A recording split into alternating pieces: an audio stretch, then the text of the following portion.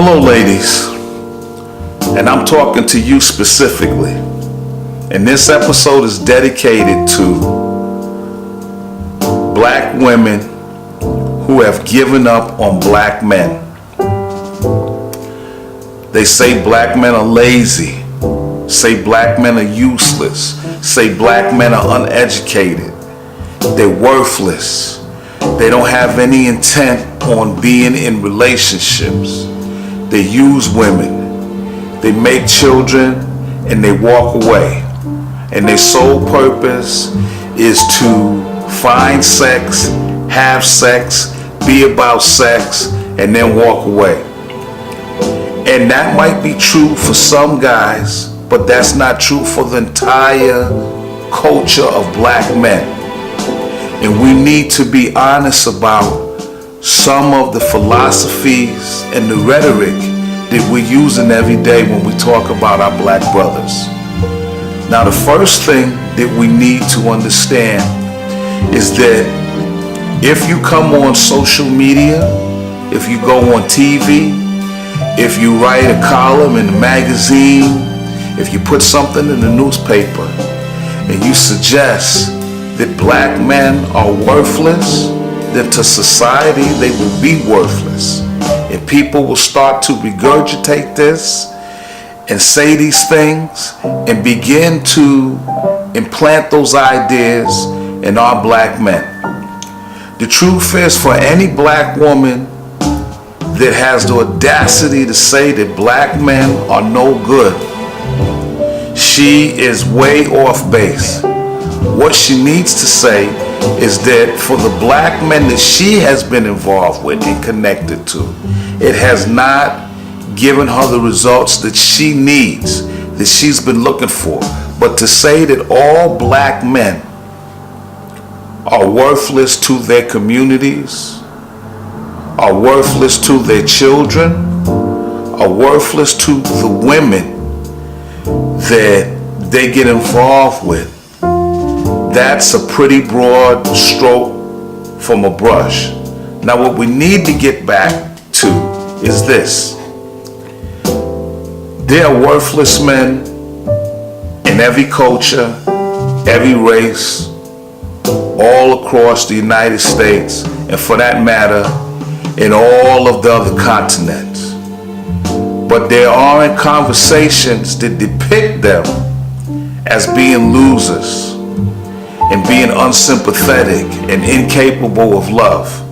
See, that's a narrative that too many black women, if we're to be totally honest, perpetuate and run. And when you put that ad out there, people buy those papers, people enjoy that, and people say, yeah, that is the black man. He is worthless. But I'm here to tell you that that's not true. What is true is that a black man is demonized from the first time that he comes into this world as a little baby. When he grows up to be a young boy, he understands what color means. He understands what race means.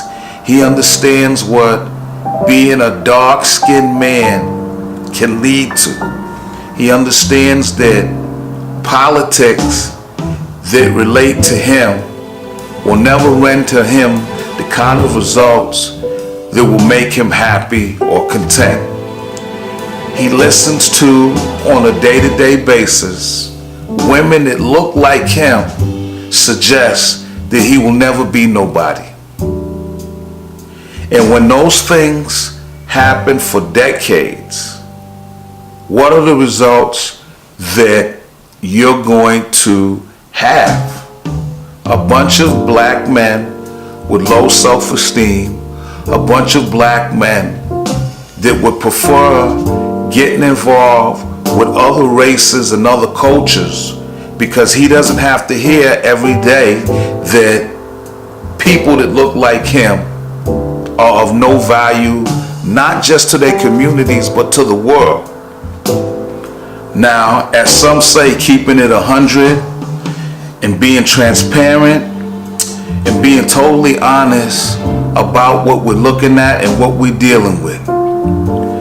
When you say that black men are worthless and incapable of being in loving relationships, what you are truly saying, ladies, is that you have been involved with men that didn't do it for you.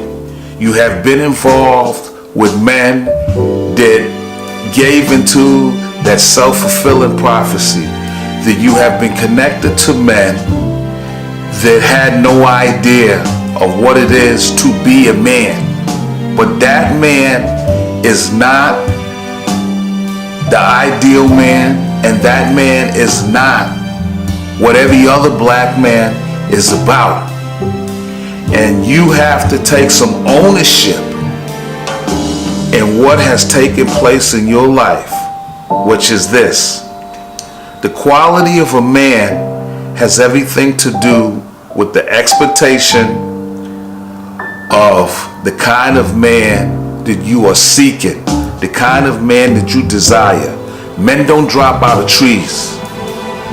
You have to have a standard. You have to draw a line. And when you choose men that you know have no future, is incapable of dreaming, incapable of being loving, then the results that you have is that of your own doing, and yes, that will be chaotic.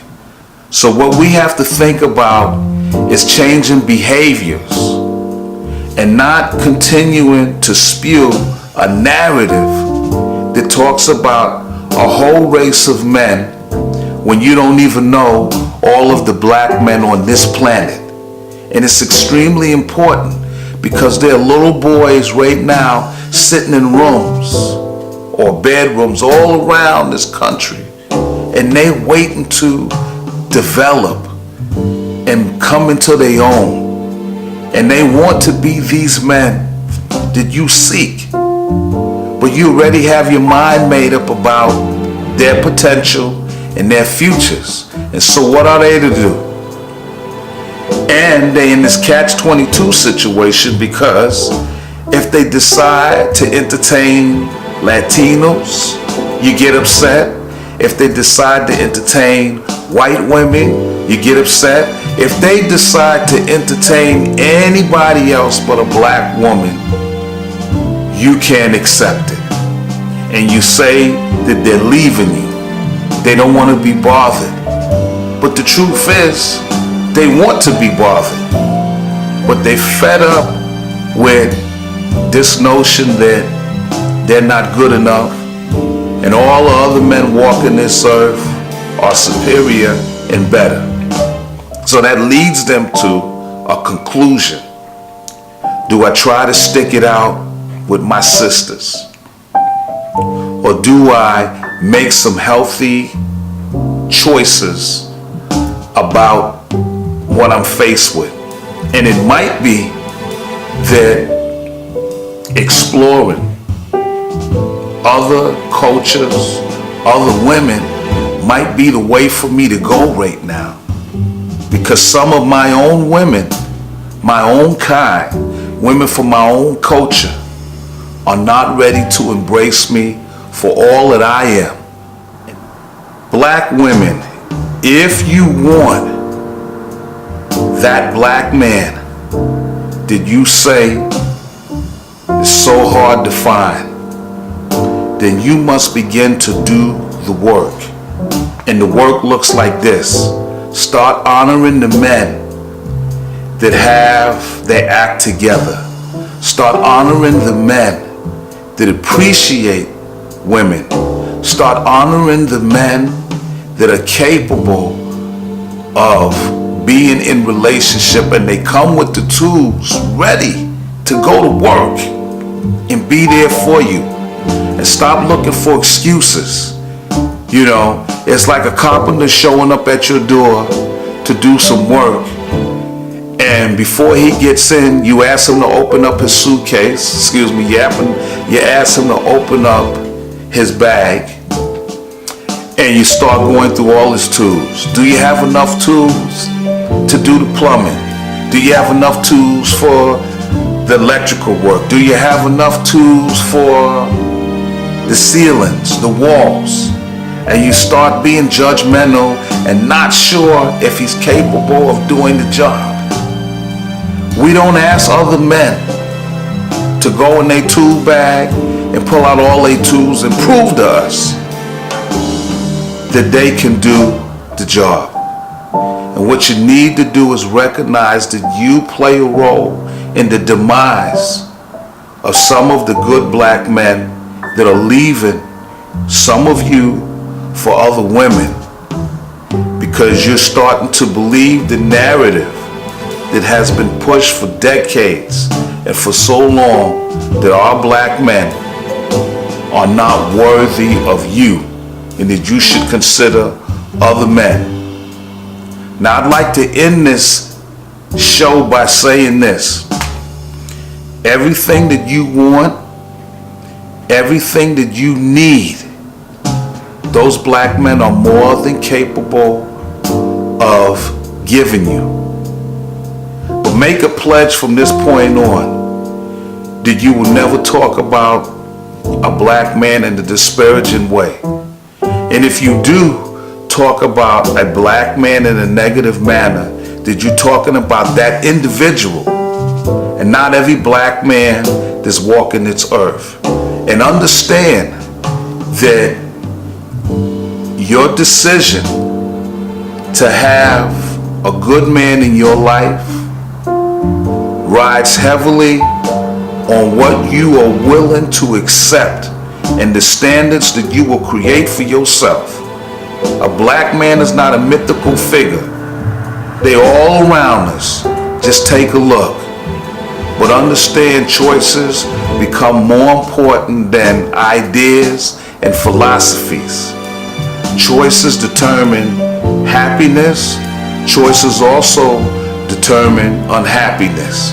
So if you want to be happy, look to your choices and not to the philosophies and the ideas that's been given to you. This is JB the Mentor, and I'm one black man speaking to all of you black women. And I want to know, what are you willing to do to make sure that that black man is comfortable embracing you, understanding you, and ultimately spending a lifetime with you? As I always say, love yourself, love your community, be the change that you want to see. And black men are all around you. And as you can see, some of them have it going on. Until the next time we meet, peace.